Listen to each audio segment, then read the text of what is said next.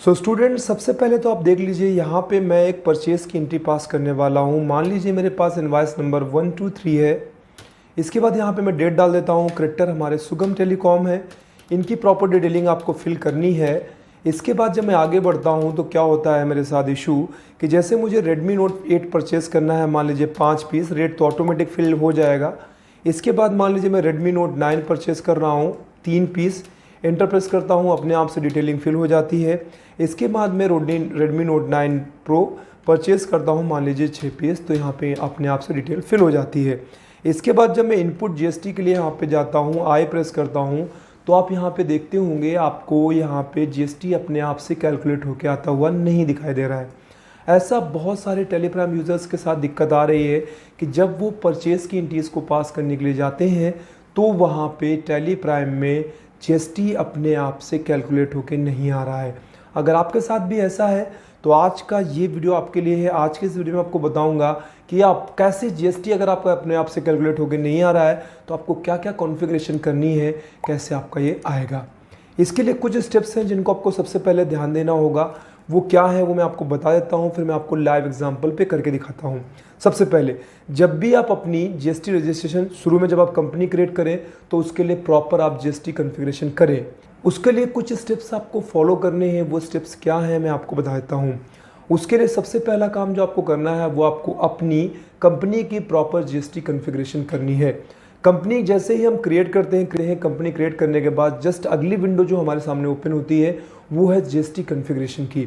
अगर आपने वो कॉन्फ़िगरेशन नहीं की है फिर क्या करेंगे, उसके लिए आपको सबसे पहले, जैसे मान लीजिए मैंने कंपनी पहले क्रिएट की थी और मैं भूल गया हूँ जीएसटी कॉन्फ़िगरेशन करना, तो उसके बाद आपको करना क्या है, आपको पहले ऑल्टर पे जाना है और यहाँ से आप सबसे नीचे देखेंगे आपको यहाँ पे जीएसटी डिटेल्स दिखाई दे जाएगा। यहाँ पे जाइए, डिटेल्स ध्यान से देख लीजिए।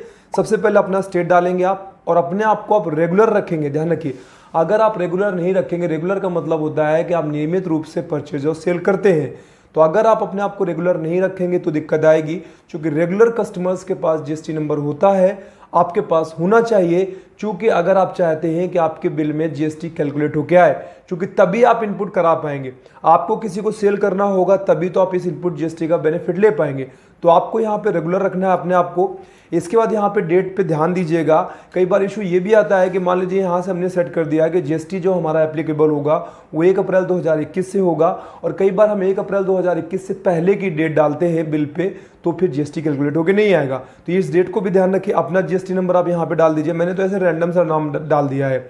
इसके बाद आप कब जीएसटी पे करेंगे, मंथली रहेगा या क्वार्टरली रहेगा। फिलहाल मैंने मंथली किया हुआ है, इससे कोई इशू नहीं आएगा। मंथली कर सकते हैं, क्वार्टरली कर सकते हैं। इसके बाद अगर आप एक ही बिल में कई सारे जीएसटीज को यूज़ करते हैं, जैसे एक ही बिल में आप मान लीजिए 18%, एक ही बिल में आप मान लीजिए 28% यूज़ करते हैं, तो यहाँ पे ऑल्टर जीएसटी मत सेट करिए, अदरवाइज यहाँ पे आप पे सेट कर लीजिए। तो यहाँ पे मैं वाई प्रेस करूँगा। वाई प्रेस करने के बाद जैसे मैं मोबाइल का काम करता हूँ तो यहाँ पे 18% है, मेरा ठीक से फिल है। आपको क्या करना है तो ध्यान रखिएगा। सबसे पहले आप ऊपर जाएंगे, यहाँ पे जो सबसे ऊपर वाली स्क्रीन पे आपको दिखाई दे रहा है, जहाँ पे आपको एग्जाम्प्ट और नील रेटेड दिखाई देगा, सबसे नीचे होगा टैक्सेबल। तो जब भी आप उस माल को परचेज करेंगे वो आपके लिए टैक्सेबल होगा, तभी तो आप जीएसटी वहाँ पे कैलकुलेट होकर आएगा। टैक्सेबल अगर आप नहीं करेंगे तो नहीं आएगा।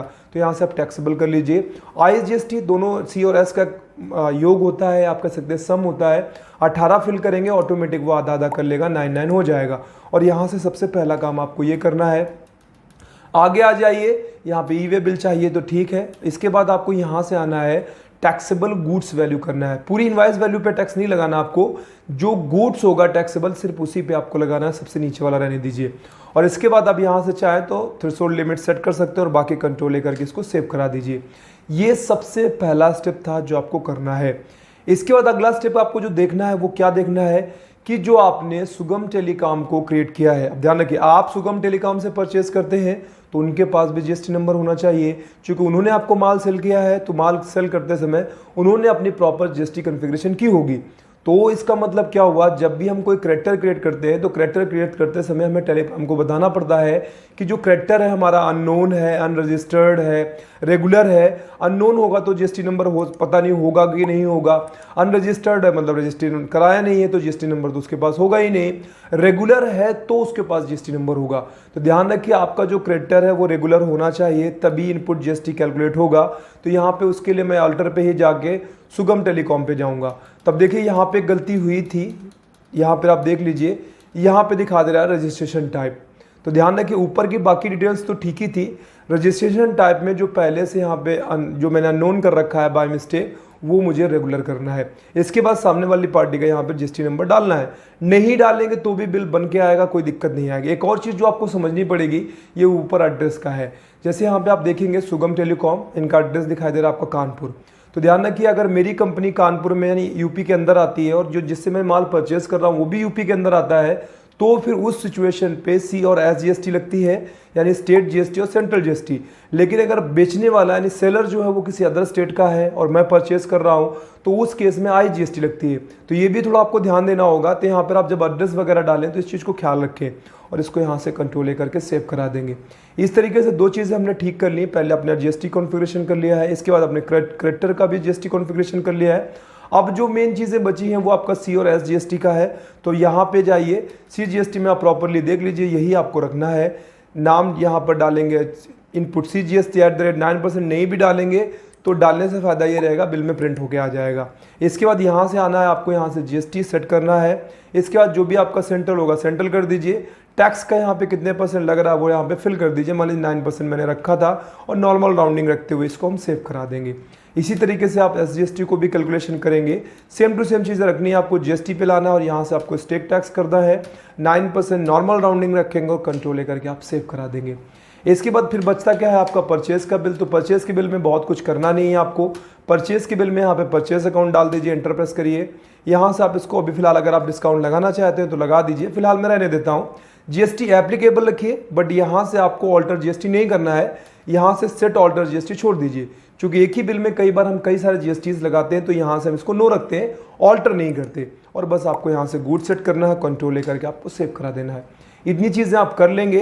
ध्यान रखिए क्या क्या ध्यान देना है आपको। सबसे पहले कंपनी क्रिएट करने के बाद आपको अपनी जीएसटी कॉन्फ़िगरेशन करनी थी, नहीं किया है तो ऑल्टर करके कर लीजिए बाद में। सेकंड नंबर, जब भी आप क्रेडिटर क्रिएट करें तो थोड़ा सावधान रहें। क्रेडिटर क्रिएट करते समय आपको रेगुलर रखना है सामने वाले को। सेकंड चीज़, जब भी आप बिल बनाएं तो बिल बनाएं हमेशा उस डेट के बाद की जब से आपने जीएसटी कैलकुलेट यहाँ पे एप्लीकेबल रखी थी। अभी मैं आपको लाइव करके भी दिखाऊंगा। और इसके बाद अब आइटम्स पे आप ये भी चेक कर सकते हैं, आइटम्स आपने प्रॉपर्ली बनाए हैं नहीं बनाए हैं। एक मैं ज़रूर आपको ओपन करके दिखाता हूँ। हालांकि इससे पहले मैंने वीडियो बनाकर आपको ज़रूर इसके बारे में सारा कुछ बताया हुआ है। आइटम का नाम आप डालेंगे, कैटेगरी आप नहीं रखेंगे तो कोई दिक्कत नहीं है। इसके बाद आप यूनिट तो डालेंगे ही डालेंगे, ऑब्वियस सी चीज़ें, मैंने पीसेस डाल दिया था पहले से, आप यहाँ पर देख लीजिए। इसके बाद जीएसटी एप्लीकेबल रहेगी। ऑल्टर करते हैं, अच्छी बात है, तो यहाँ से मैं ऑल्टर कर देता हूँ। चूँकि एक ऐप जो हमारा प्रोडक्ट है उस पर जीएसटी मैं पहले से सेट कर देता हूँ। वैल्यू पे रहेगा, टैक्सेबल होगा, ऑब्वियसली 18% रहेगा आईजीएसटी, तो ऑटोमेटिकली 99 हो जाएगा। तो ये क्रिएट करते समय आपको ये भी ध्यान देना है कि आप इस तरीके से क्रिएट करें और कंट्रोल ले करके आपको सेव करा देना है। इस तरीके से हमने क्या किया, हमने आइटम भी ठीक कर लिया है, सारा कुछ ठीक कर लिया है। अब एक बार फिर से जाइए और परचेज की एंट्री पास करके देखिए। आप यहाँ से आप बिल नंबर डाल दीजिए, कोई भी इंटरप्रेस करिए। यहाँ से आप सुगम टेलीकॉम से ही माल परचेस करिए। और सुगम टेलीकॉम हमने पहले भी डाल के देखा था, कैलकुलेशन नहीं होके आ रहा है। आगे बढ़ जाइए, आगे बढ़ने के बाद आपको यहाँ से इंटरप्रेस करते हुए आगे बढ़ जाना है। परचेज रखिए, डेट ध्यान से देख लीजिए, ऊपर 1 अप्रैल 2021 पड़ी है। और अगर आपको याद हो जब हमने जीएसटी कॉन्फ़िगरेशन की थी तो वहाँ पे भी हमने 1 अप्रैल 2021 डाली थी।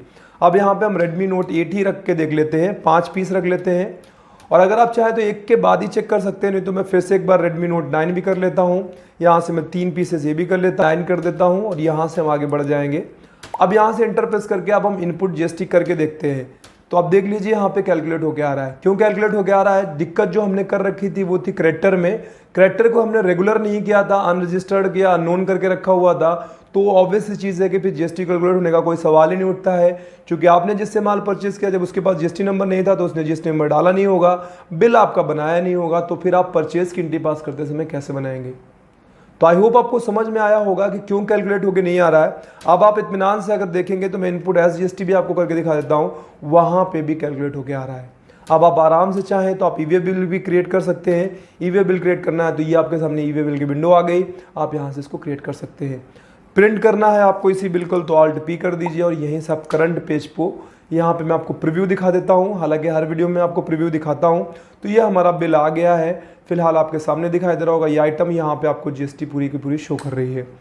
तो आई होप आपकी जो भी क्वेश्चंस थे, जो भी क्वेरी थी वो समझ आ गई होगी। अगले वीडियो में हम ज़रूर देखेंगे कि अगर एक ही बिल में हमें मल्टीपल जीएसटी रेट्स अप्लाई करने होंगे तो कैसे अप्लाई करेंगे। आज के इस वीडियो में फिलहाल इतना ही। वीडियो पसंद आया है तो आप इसे लाइक कर सकते हैं, चैनल को सब्सक्राइब कर सकते हैं। बहुत जल्द फिर से मिलेंगे, तब तक अपना ख्याल रखिए। Bye bye and take care.